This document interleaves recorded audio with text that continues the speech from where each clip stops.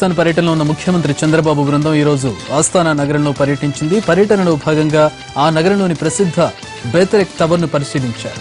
అనంతరం Asthana mayor asset ఇస్కెన్వేన్తో భేటీ అయి నగర విషయాలను అడిగి తెలుసుకున్నారు. కజకిస్తాన్ రాయబారి ఇచ్చిన విందుకు హాజరైన చంద్రబాబు కజకిస్తాన్, ఏపీల మధ్య పరస్పర సహకారం అవసరమని చెప్పారు.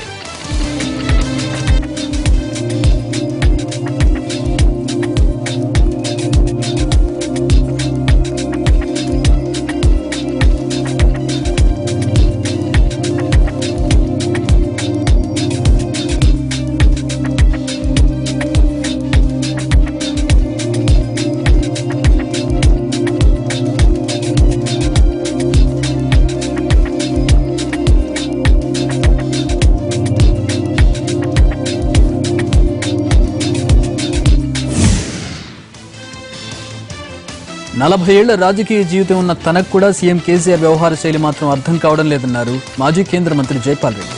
ప్రాజెక్టుల ఆకృతి మార్పు అవినీతి కోసమేనన్న ఆయన సమయం వచ్చినప్పుడు ఆధారాలు బయట పెడతానన్నారు. ప్రతిపక్షంలో ఉంటే డబ్బు రాదు తప్పితే మంచి ఖ్యాతి మాత్రం వస్తుందన్నారు. భీమా ప్రాజెక్టును చేపట్టాలని సీఎం కేసీఆర్ వద్దకు నేను రానన్న ఆయన ప్రవృత్తి సరిగా ఉండడం లేదన్నారు.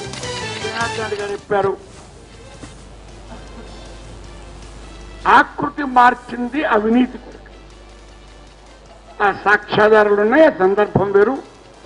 అవినీతికి పాల్పడ్డ ఏ మహానాయకుడు కూడా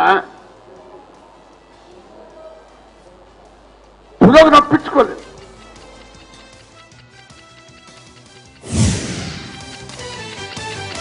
ఆటలో నాన్ ప్లేయింగ్ కెప్టెన్ కు కూడా కీలక పాత్ర ఉంటుందన్న విషయం గవర్నర్ గుర్తుంచుకోవాలన్నారు ఏపీ కాంగ్రెస్ నేత సి రామచంద్రయ్య. అమరావతి సూపర్ గా ఉంటుందని చెబుతున్న గవర్నర్ నరసింహన్కు రైతుల సమస్యలు కనిపించడం లేదని ప్రశ్నించారు. ఐసిస్ పై మండిపడ్డారు MIM MP Asaduddin Owaisi. ISIS ఉగ్రవాదులు కుక్కలు, మృగాలతో సమానమని ఫైర్ అయ్యారు. ఇస్లాం పేరుతో ప్రపంచ మానవాళికి అత్యంత ప్రమాదాన్ని తెచ్చిపెడుతున్నారని ఆగ్రహం వ్యక్తం చేశారు.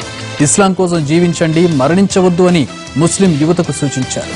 ఐఎస్ ఉగ్రవాదులతో ఇస్లాంతో సంబంధం లేదని, వారిని ధ్వంసం చేయడమే మన అతిపెద్ద బాధ్యత అని పిలుపునిచ్చారు ఓవైసీ.